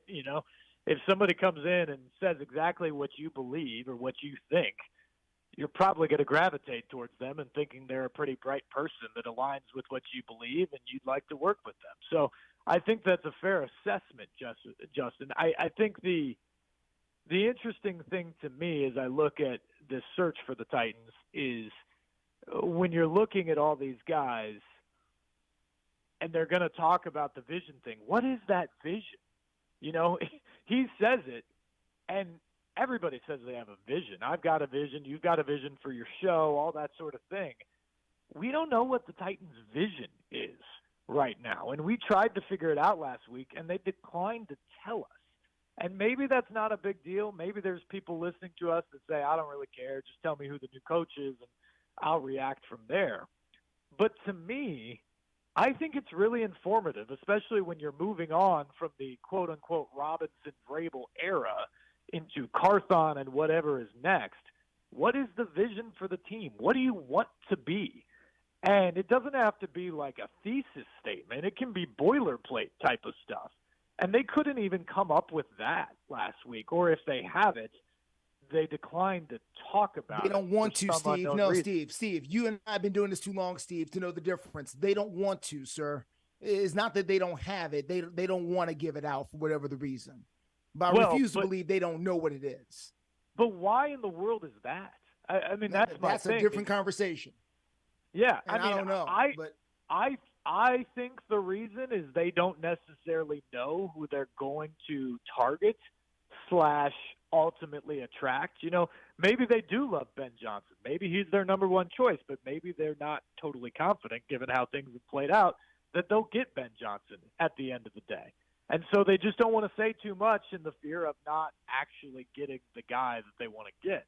And I get all of that. But my thing is to not be able to come out and say, we want this, this, and this. It can be pretty boilerplate. It doesn't have to be very specific. But just giving your fans an idea of this is what we want to be as an organization moving forward. First off, I think that should have been expected that day. So it's not like they should have been surprised that it was asked or that people cared to know what that was thought, that we wanted to know what that would be. But two, it should be something, you could give it to your marketing department, frankly, and say, give us a few key words to say in this, and you should be able to walk out and do it. And they didn't do it. And to me, that's just puzzling. And again, it doesn't mean they can't get the right hire, and this can't ultimately be right. But that's really strange, and it's uncommon, and it doesn't embody confidence of okay, they're on top of this completely and it's going to go well. Again, doesn't mean they can't hit it out of the park ultimately, but I think it would be a level of concern if I was a Titans fan. The Titans need to follow the lead of Tom Cruise and Jerry Maguire and just put out a mission statement so we can all read it and see exactly what they're looking for, moving forward. Just saying. I support it. I support it. Steve, always a pleasure. Stay safe. One more round, and hopefully we'll get this weather behind us. Thanks for doing this as always, and we'll talk soon. You bet, guys. Be safe. We'll talk to you soon. Always fun with Steve Lehman, News Channel 5. Good stuff from him. Wide open the rest of the way. 615-844-5600. We can react, or you can react to whatever, to everything we've put out thus far, or you want to call and talk about something else sports related in this town, have at it. We're here. We're live today on this Thursday, and hoping that we can get home when the show is over. Fingers crossed. More of the McFarland Show here on WNSR. When was the last time you did something fun with family, friends, coworkers, and clients? What if I told you about a place under one roof that offers affordable entertainment for all ages? That's what you'll find at Strike and Spare Family Fun Centers in Donaldson, Hermitage, Tusculum, Hendersonville, and Murfreesboro, with bowling, games, food, drink, and entertainment for all ages. Enjoy an enhanced experience in Hendersonville or Murfreesboro, where they feature additional fun with bumper cars, laser tag, roller skating, and more. All locations are open 7 days a week, including holidays. Visit online at strikeandspare.com. Strike and Spare, where fun is bowling. Michael Fabiano here, and if you want even more excitement on game day, it's time to get on Prize Picks, the best way to win big on fantasy sports. Here's how it works. Just pick 2 to 6 players and choose more or less on their stats. If you get them right, you can win up to 25 times your cash. It's quick and easy to make your picks, and with fast and safe deposits and withdrawals, Prize Picks is the place to play this season.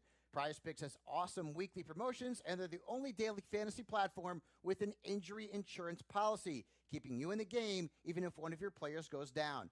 Watch your entry update in real time and continue the fun by making picks on second half and fourth quarter stats. And right now, when you go to prizepicks.com/primetime and use code PRIMETIME, Prize Picks is matching your first deposit up to $100. That's prizepicks.com/primetime with code PRIMETIME for a 100% deposit match. Prize Picks, daily fantasy sports made easy. Must be present in certain states. Visit prizepicks.com for details.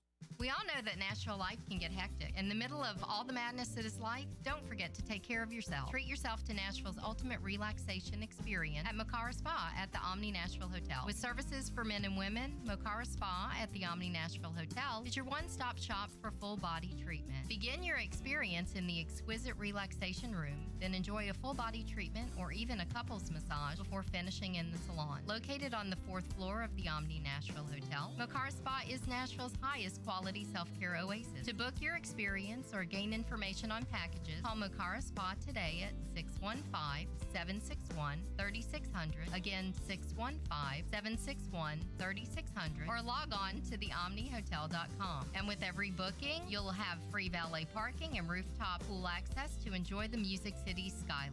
And through Labor Day, enjoy the 4th floor spa terrace for only $20. Mocara Spa at the Omni Nashville Hotel, 5th Avenue, downtown.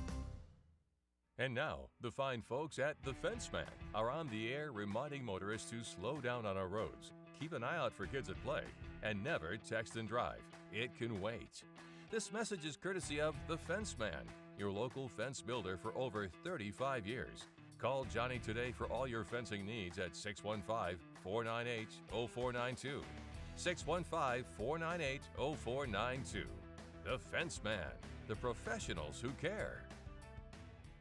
It's the McFarland Show with Darren McFarland and Fox 17's Justin McFarland. I said all day yesterday on the show that you don't hand a microphone to a guy when the season's over to address the crowd if he's coming back. No, he's not coming back. So we can stop saying if he doesn't come back. But today, now you really let me reiterate, for sure, gone.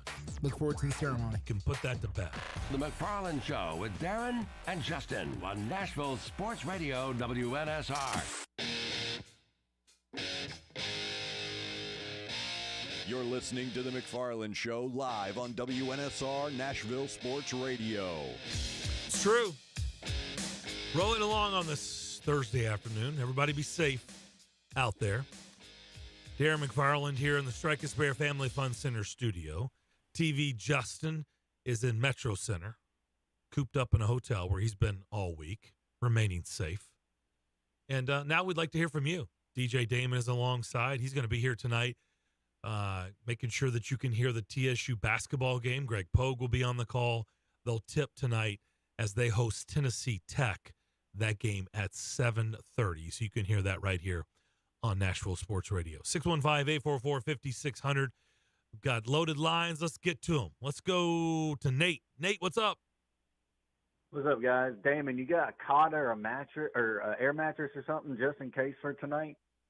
No, I'm just going to lay on the couch and stay in because it's going to be cold. I don't really want to drive, so yeah. The only thing he's been worried about, Nate, is what food he was going to order once the show was over. I was going to say. Anybody out there listening want to bring some food by, I'll be here, though. Hey, be glad to. But, guys, I was watching the Sunday night game this past weekend, and one of the when they do the player introductions for the TV, where the players say their name and then where they went to school, there was one player that said two different schools.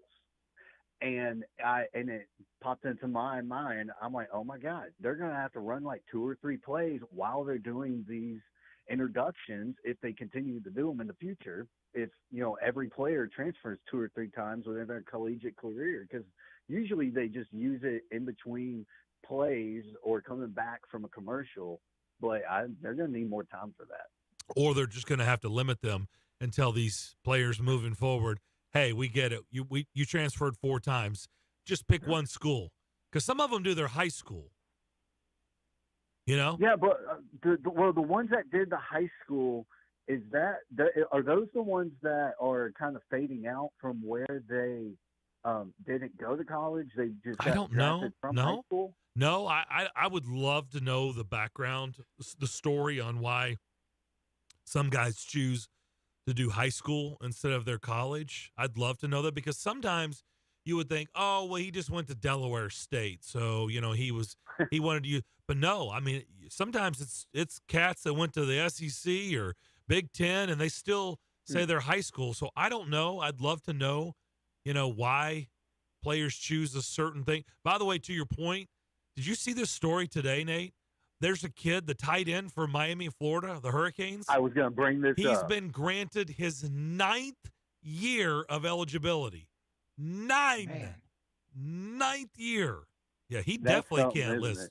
Yeah, he definitely is going to be told, hey, pal, use one team and one team only. One school.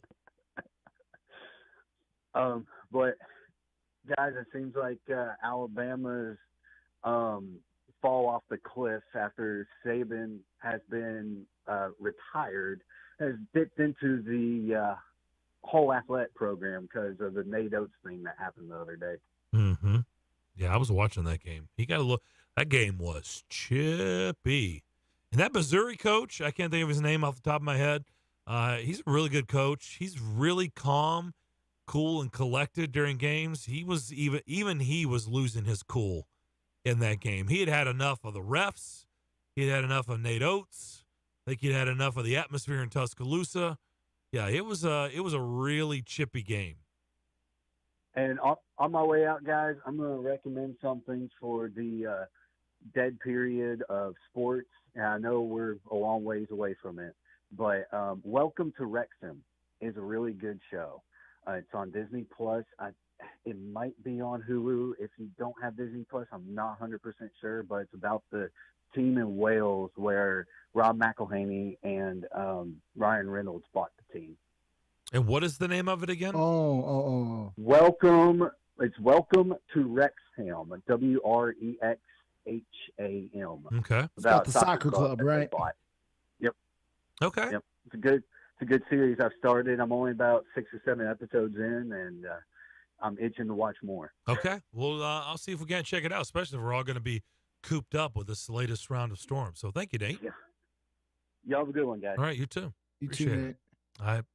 I always am up for good suggestions because typically I don't find them on my own because I'm not searching for them. So usually I need somebody to tell me like, hey, check out this on, fill in the blank, Netflix, whatever.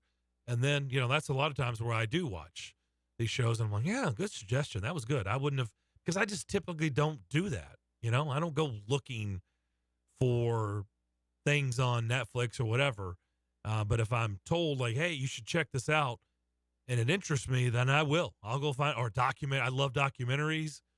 You brought the attention to the show and to me, the Barry Sanders stuff. Again, I wouldn't have known. Yeah. I wouldn't have known if you hadn't said, hey, go check that out. So I did. So let's sneak in another call. 615-844-5600. Let's go to Tony in Nolensville. Tony, what's up? Good afternoon, guys. Darren, I just told Damien that my backyard with all the sledders that's coming going through it, it looks like Patton's Army going through Bastow. It is churned up. It's unbelievable. Yeah, you must have a good hill. Yeah, it's not as good as people would think, but they wear it out. Okay. Guys, talking about another good quick series that I just got through watching. Maybe y'all have seen it. It's on, I believe it was on Amazon Plus. Was the Bass Reeves, the lawman back in the day? If you like old, westerns and stuff, but it was called Bass Reeves. He was the lawman back in the 1800s stuff. It was really good. He was like a deputy marshal. And it was based off of somewhat of, the true story of it. So yeah, I was going to say, he's an actual figure. That's series. not fiction.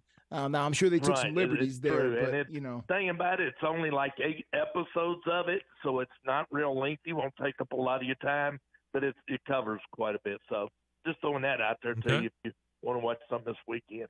Guys, y'all touched on this locker room stuff, and yesterday you had the segment of the Detroit locker room, how everybody was being celebrated and the head coach giving the game ball to the GM and that type of thing.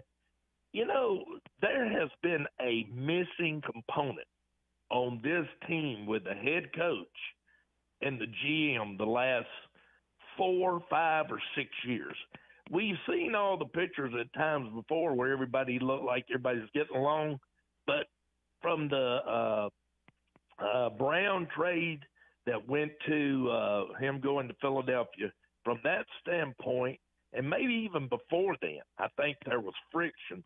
And then when Robinson was let go, we all talked about, everybody was talking about, that it was going to be more of a hands-on approach by Vrabel. He was going to be calling more shots and stuff. And then, now that he's been fired, you just wonder who is really calling the shots. We know it's Ms. Adams' team. We know that. But it seems like there's a disconnect between owner, GM, head coach. And it seems like there's a disconnect of 2 against 1 always. And with that being said, do you think this new coach coming in, are they going to be the third wheel or are they going to be part of one wheel? So it's going to be something to see how this all plays out if everybody is eventually going to get on the same page.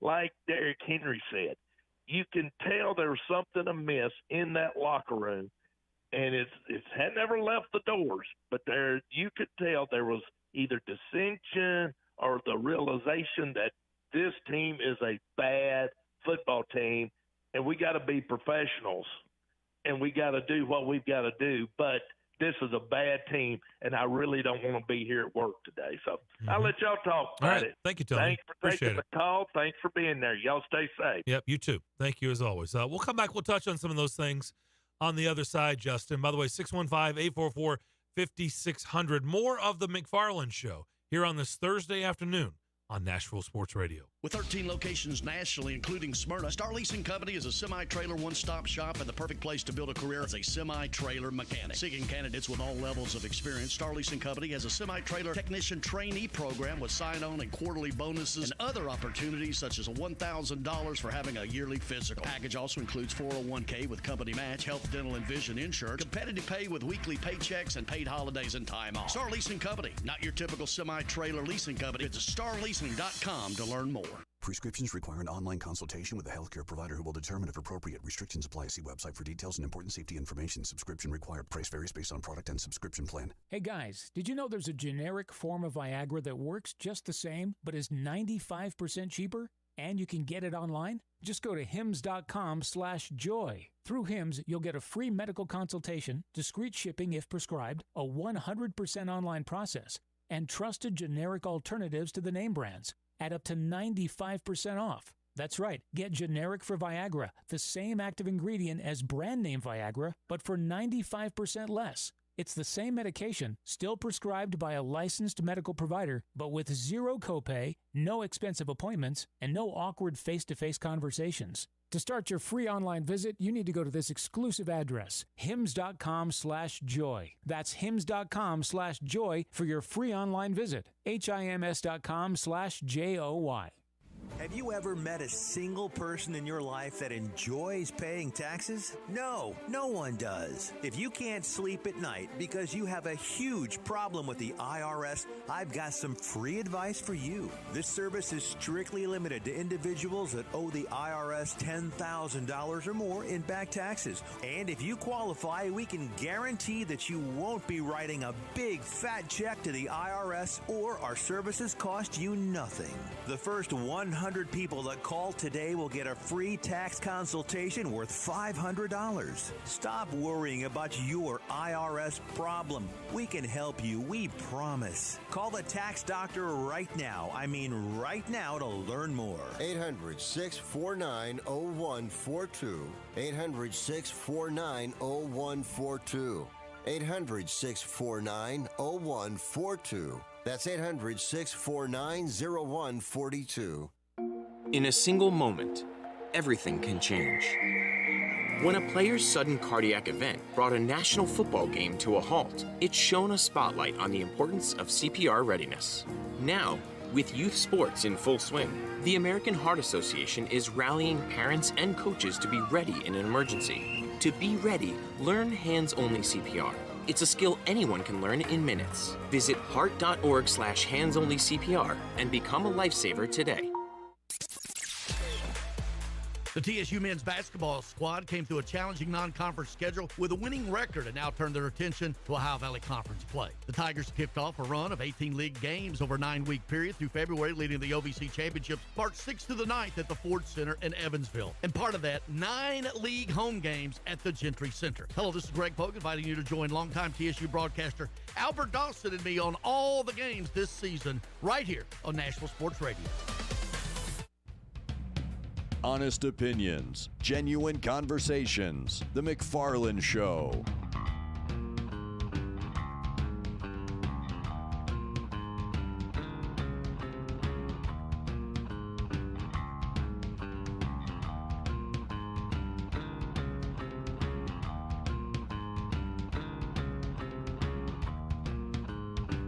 (615-844-5600) is how you can get in touch with us. Darren and Justin McFarland here with you. Quick soapbox, if you don't mind, because Nate brought up something that's been bugging me. I don't know if you've been seeing this on, the national shows or really on social media is where I've seen it the most. That's really driving me crazy. And these are coming from people who cover the sport, college football, like Bill Keene, that are really plugged in and really good. Sure.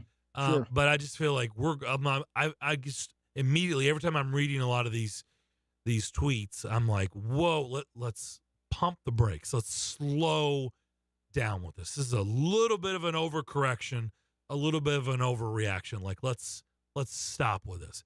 I understand what is happening, Justin. Nick Saban, who is the greatest college football coach of all time. This just in. This may shock a lot of people. People are choosing Alabama because of Nick Saban. What? You say? Yeah. I know. I don't want people. I thought it was for the classes because the incredible, campus, which is very, very nice. I've been to the. It is. It's a beautiful campus. Okay. It is beautiful. But they're choosing to go play football at Alabama because of Nick Saban. I know that may come as a shock to a lot of people. And now that he's retired, they're saying, I am out of here. Peace out, Tuscaloosa. I'm transferring. Because why? It's easy to do today. So they are hitting the portal like crazy. 5-star recruits, really good players that we just watched, lose to Michigan in the playoffs. They're leaving town. And now it's got everybody going, we've got to put a stop to this. We can't. This is ridiculous. We can't have this. This is not. Wait a minute. A stop to what? What? Right. What do you mean a stop to what? Like, this is the first time. This just in. Guess what? If Jim Harbaugh, if he decides to exit stage left in Ann Arbor and go to the NFL, what do you think is going to happen at Michigan, Justin? Exodus. Yeah. Mass exodus. Mass exodus. This is what happens. You know why? Because they can. You just didn't let them do it in the past whenever these coaches were flying the coop left and right. You punished them. You made them stay behind or sit out a year. Now the rules have changed. What did you expect? If the rules were like this always, this is the way it would be all the time when these coaches leave. Like, why is this like some huge shock that all these really good players at Alabama are jumping in the transfer portal now that Nick Saban is retired? That's my mini soapbox. I'm like, can we stop with this? Like, this is not new revelation. We are not forming new ground in college football. The only new ground is you've got new rules. And now it's easy for them to do this. Because in the past, if you had the same set of rules, they'd all be doing it. All of them. Some of them were going to leave even if Nick Saban had stayed, because that's just the nature of the beast. Somebody somewhere else was going to get hurt, and there was an opportunity somewhere, and all of a sudden the guy was going to hit the portal. I mean, this is just a new reality of college football. Yeah, but there's a lot of, like I said, really good people at their jobs that are on social media just beating the table, pounding the table, going, we've got to change this. This is not good for college football. What? Yeah. Well, yeah.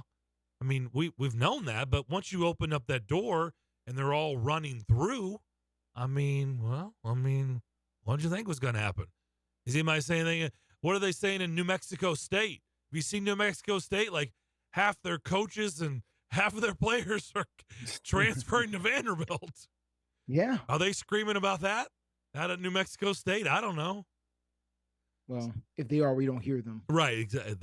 Thank you. Right. It's Alabama. That's why we hear it. That's exactly right. Yes. Let's go back to the phones. Mike is in Melrose. Mike, what's up? Well, good afternoon. Earlier, you mentioned Indiana State.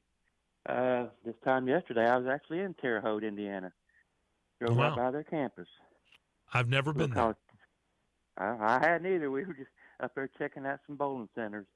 The transfer, I know one of the Alabama football guys, I think the lineman, they mentioned he's looking at Iowa. And, he's from Des Moines, Iowa. So, kind of close to home. I was like, why would you go to Iowa? They never score. But anyway, that's part of it. Let me get something straight real quick. I know you had a caller last week, and I'm not taking up for Stackhouse or whatever. or Clark, but some of the Vanderbilt transfers, like Jordan Wright, who had a great game last night, he had graduated. He wanted to go to graduate school, and I think sports management. Vanderbilt doesn't offer that, so that wasn't an option. So it's not like Stackhouse said, we don't want you.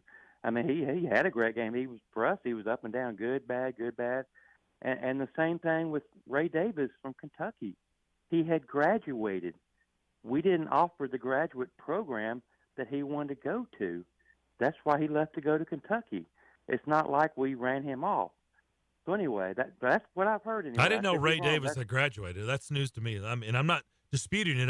I'd not heard that before. Yeah, he transferred here. He played at Temple for 2 years. Right, yeah. And we went and got him. But yeah, I'm pretty sure he had graduated. There wasn't an option to stay here. Okay. So anyway, and somebody mentioned Miles Studi. Miles Studi quit the team last year. Yeah. He wasn't hardly playing. He played like crap. So he quit the team when we went to NIT. Correct. And he's averaging 10 points for South Carolina. I watched him last week. He put up a big 0, a goose egg. So, and that, with the whole basketball, Tennessee's guy's a great player. He looks awesome. I think he led his conference in scoring last year. Didn't even make first team all conference. He did. But now I'm sure there's a ton of other teams saying, why didn't we not go after this guy? I think he started at a JUCO. Is that correct? Correct. Yep. He's got an incredible story to where he is now. Pretty amazing. And last time you were talking about when they introduced the players on the Sunday night football, whatever. I know Zach Cunningham. He never says Vanderbilt. Sometimes I don't know if it's bad blood, like Kelsey for Kansas City. He got kicked off the team several times at Cincinnati. He did. His brother got him back on the team. Yep, that is true. For drug issues, I believe, and some of them do it just to recognize a high school or elementary school, but some of them there's some bad blood between where they went to college. Yeah. I just would love to know. I'd love to know the story. Like why they choose to say whatever school they say, high school or college. I'd love to know. I would think. And I don't know why why would you want to go to college for 9 years? Because you got nothing going on after. That's why. Because I guess you're not ready to start the real world. Yeah. Maybe with the NIL, maybe you make more money in college. I don't know, but I was ready to get out after 5. Golly, my parents are like, man, I thought he was going to stay in school for 9 years. But even I was like, I thought I was headed for a 9-year plan. But to your point, Mike, I don't know the answer why somebody would want to go to school for 9 years. All right, guys. Y'all stay safe. All right, you too. We'll take our final break, come back and wrap up Thursday's edition of The McFarland Show next. And now, Musgrove Metal Fabrication and Roofing is reminding motorists to slow down on our roadways, keep an eye out for kids at play, and never text and drive. This message is brought to you by Musgrove Metal Fabrication and Roofing, backed by 45 years of experience. For all your residential or commercial metal and shingle roofing needs, give the pros a call today at 615-414-8466, 615-414-8466. That's Musgrove Metal Fabrication and Roofing, going the extra mile for safety. They're professionals who care. Bar Lines at the Omni Nashville Hotel downtown is at the heart of Music City. Located within walking distance of the Country Music Hall of Fame, Bar Lines at the Omni is your downtown honky-tonk destination. Watch your team from any seat on their plentiful HD TVs and catch a live show on the Bar Lines stage featuring live music 7 days a week. Bar Lines has the ultimate Southern comfort food. Get started with classic fried green tomatoes or bourbon barbecue wings. Then it's on to the massive Smashville double stack or the world famous Bar Lines grinder. Oh, you've never heard of the Bar Lines grinder? 2 kinds of cheese, lettuce, Dijon, smoked turkey, smoked bacon, smoked ham. Now that's some smoke you want. Local brews and local spirits are on tap at Bar Lines. Take a seat on the patio outside and soak up the rhythm of Music City. Bar Lines at the Omni Nashville Hotel, 5th Avenue, downtown. As the weather gets colder, the NFL offers Stay Hot on FanDuel. Right now, new customers get $150 in bonus bets with any winning $5 moneyline bet. That's $150 if your team wins. If you've been thinking about joining FanDuel, there's no better time to get in on the action. The app is so easy to use. There's a wide range of betting options, spreads, player props, over-unders, and more. I like putting parlay bets together, hammering the overs, and anytime player touchdown bets always have me on the edge of my seat. So if you're ready to do the same, visit FanDuel.com/win and kick off the NFL season. That's FanDuel.com/win. FanDuel, official partner of the NFL. 21 plus and present in Kentucky. First online real money wager, only $5 pregame money line wager required. First online real money wager, only $10 first deposit required. Bonus issued as non-withdrawable bonus bets that expire 7 days after receipt. See terms at sportsbook.fanduel.com. Gambling problem? Call 1-800-GAMBLER. Are you ready for a touchdown of flavor and excitement? Look no further than Sam's Place and Sam's Sports Grill, the ultimate destination for great food, fantastic drinks, and game time atmosphere that will have you cheering for more. Sam's is the place for every sports fan and food lover with over 40 TVs at every location. Sam's has a family-friendly atmosphere where everyone can have a blast. From their friendly staff to awesome kids menu, they've got something for everyone. Online at samsplace.net or samsportsgrill.com, or call and find the nearest location to you. At Sam's, the game is always on and the fun never stops. Hey, it's John Burton from News Channel 5 and the Greg Pogue and John Burton Show. And I'm former All-Pro linebacker for the Tennessee Titans, also known as Mr. Monday Night, Keith Bullock. And I'm Patton Cook. We're inviting you to join us every Saturday morning from 10 to 11 for What's Good with KB and JB, the podcast show. All live on Nashville Sports Radio and all streaming platforms. We talk Titans, we talk SEC football, we talk NBA, we talk everything, and we also get a little petty from time to time. Make sure you join us.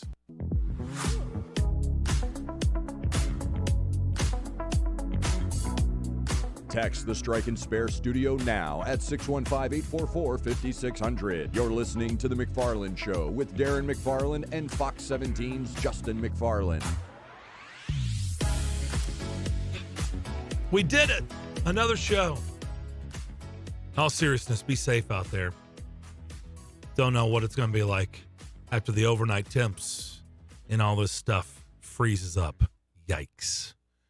Tonight, the Predators are not going to have to worry about the weather. They're out in L.A., and they're taking on the Kings. That's so late-night hockey tonight. It's on ESPN+. Just wanted to let everybody know. All right. I don't have that anymore. So, again, I'm on this kick. Like, I'm not interested in adding, because I keep adding. Darren fighting back against the machine. I am now standing up and saying, enough! I'm not adding anymore. Enough. So, I'm not going to watch. Not watching ESPN+. I used to have it. I dropped it because at some point I was like, we can't spend $500 a month with all this stuff. I have to take a stand. And so we have whittled that sucker down. I'm trying to think. College basketball, most of the stuff. Vanderbilt last night, by the way, got housed at home to Auburn. I was watching, there's some good games. Watching the the Arkansas game, I think was last night I was watching. I got hairy there at the end, and Arkansas ended up winning.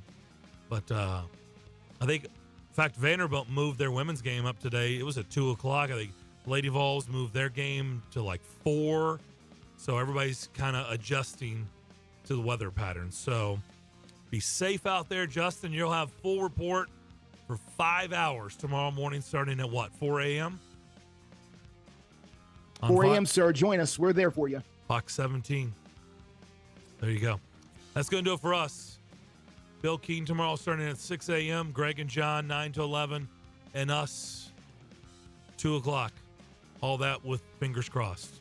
Be safe out there. TSU basketball tonight, tipping off at 7:30 against Tennessee Tech. That can be heard right here. We'll see you then.